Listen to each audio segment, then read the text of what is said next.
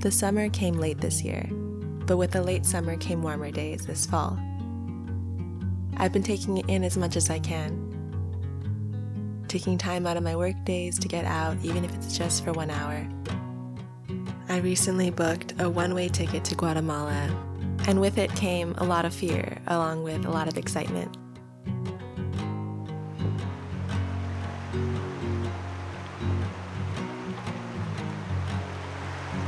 These are gooseberries. They're so tasty. Tiny though.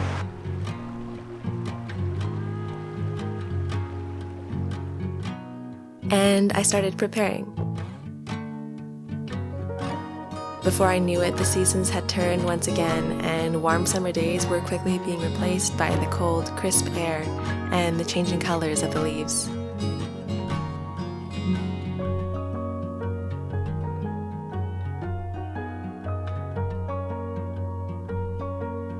Often when this time of year approaches, I feel myself resisting, holding on to the last bits of warmth I can get.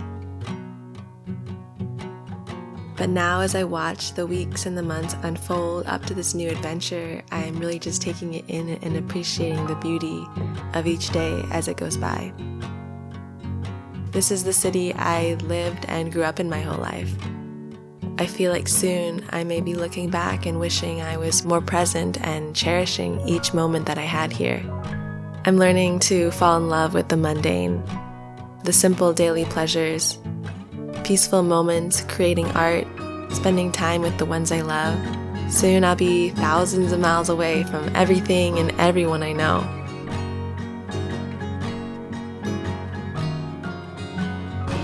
So it's about 20 days left until my trip, and I have this big suitcase here. The whole planning of this trip has just felt so serendipitous. And I met a girl this summer inside of this women's tent at a festival, and when she saw me, she was like, "There's something about you that just looks so familiar." And when I looked at her, it felt like I already knew her.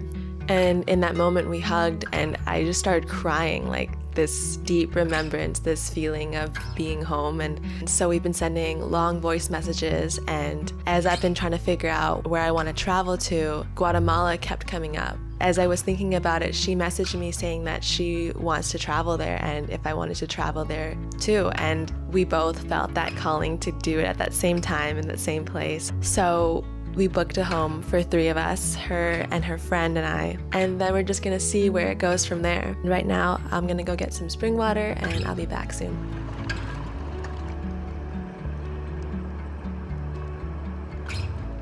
It's a funny thing as I let go of all the things I've collected over my life. Each item holds a story, where it came from and where it's taken me. I always find though that the more I release, the more I open up to blessings I could have never even imagined were possible. The more I let go of these material things, I'm finding it easier to let go of old stories and attachments of who I used to be, to open up to who I am becoming. Letting go of all the familiarities, just me, a suitcase, and the unknown.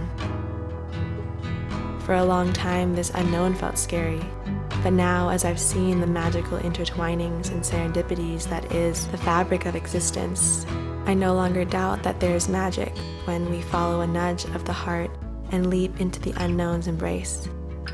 When we say that we are worth it, when we listen, when we trust, knowing that my heart knows much more than my mind will ever understand. For so long, I wanted to take a trip like this, and I just kept putting it off and saying it was just never the right time. All these questions spiral in my head, like, how will I make it work? Am I making the right decision, or am I just throwing away everything that I built? I feel like my head keeps spiraling to all these worst case scenarios, but if I listen to my heart, it stays constant, and there's this knowing that everything's gonna work out, even if it doesn't all make sense. And with every step that I take towards this dream, a lot of fear comes up. But there's also this peace that comes as a whisper if I listen deeply. There's nothing that connects me deeper to my heart than when I'm called to jump, when the mind has lost its grip of control and all I can do is just trust. So this is the start of a wild new adventure, and I welcome you to join me.